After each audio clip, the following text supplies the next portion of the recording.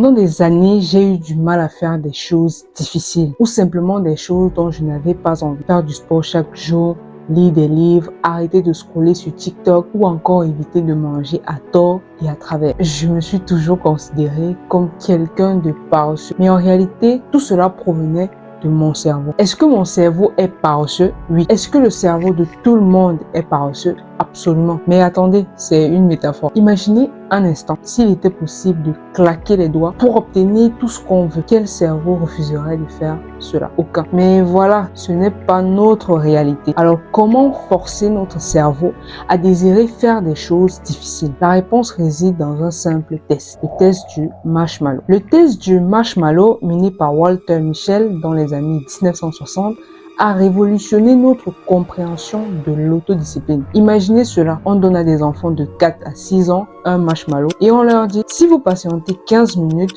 sans le manger, vous en aurez un deuxième. Certains enfants n'ont pas pu résister à la tentation et ont mangé le marshmallow immédiatement. D'autres ont attendu, résistant à l'envie de céder. Ces enfants ont pratiqué ce qu'on appelle la gratification différée. Les résultats du test du marshmallow sont fascinants. Ils montrent que ceux qui pratiquent la gratification différée réussissent mieux à l'école, au travail, dans leur vie personnelle. Mais ce n'est pas tout. Une activité accrue du cortex préfrontal est un facteur clé de cette réussite. Notre cerveau fonctionne avec deux systèmes principaux. Le hot system ou système limbique réagit instantanément à notre environnement et à nos émotions, nos envies.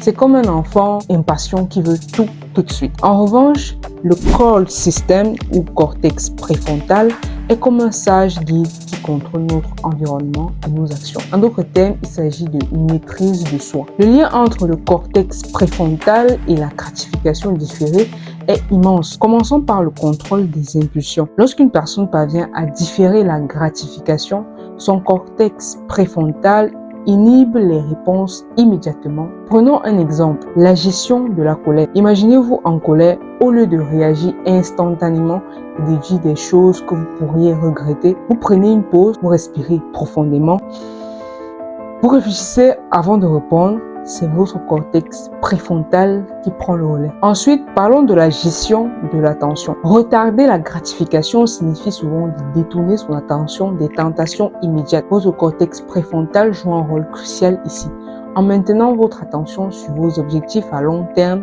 et en gérant les distractions. La méditation aussi est une pratique puissante pour améliorer cette gestion de l'attention. Elle aide à renforcer votre cortex préfrontal, vous permettant de rester concentré sur vos tâches malgré les distractions environnantes. En fin de compte, pratiquer la gratification différée et renforcer votre cortex préfrontal vous mène vers une vie plus réussie et épanouissante. Vous apprenez à maîtriser vos impulsions, à gérer votre attention et à rester concentré sur ce qui compte vraiment. Pour améliorer la gratification différée, une technique efficace est d'utiliser le principe du si. Alors, cela signifie que si je ne fais pas quelque chose, alors je n'obtiens pas une récompense. Identifier les déclencheurs qui activent nos réactions impulsives est crucial, mais c'est très souvent difficile. Pour y parvenir, prenez juste un cahier et un stylo. Notez chaque fois que vous êtes confronté à une situation qui vous pousse à réagir impulsivement. En parallèle, appliquer la règle du si alors peut grandement renforcer votre maîtrise de soi.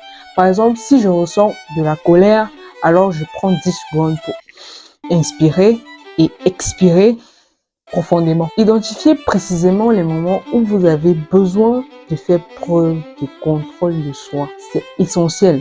Certaines situations peuvent être particulièrement difficiles à gérer. C'est là que la technique du si alors prend tout son sens. En résumé, en identifiant vos déclencheurs et en utilisant la technique du si, alors vous renforcez votre capacité à différer la gratification. Chaque pas vers une meilleure maîtrise de soi vous rapproche de vos objectifs et émotionnellement engageant. Sachez-le, vous n'êtes pas paresseux et votre cerveau non plus. Le vrai défi en fait réside dans la maîtrise de soi, dans le développement de votre cortex préfrontal et la pratique de la gratification différée. La règle si alors est un puissant outil pour renforcer ses compétences. Elle vous aide à développer votre autocontrôle. En parallèle, explorez d'autres techniques comme la méditation ou des pauses conscientes face à des situations assez impulsives. Et n'oubliez pas votre carnet. Voici le mien.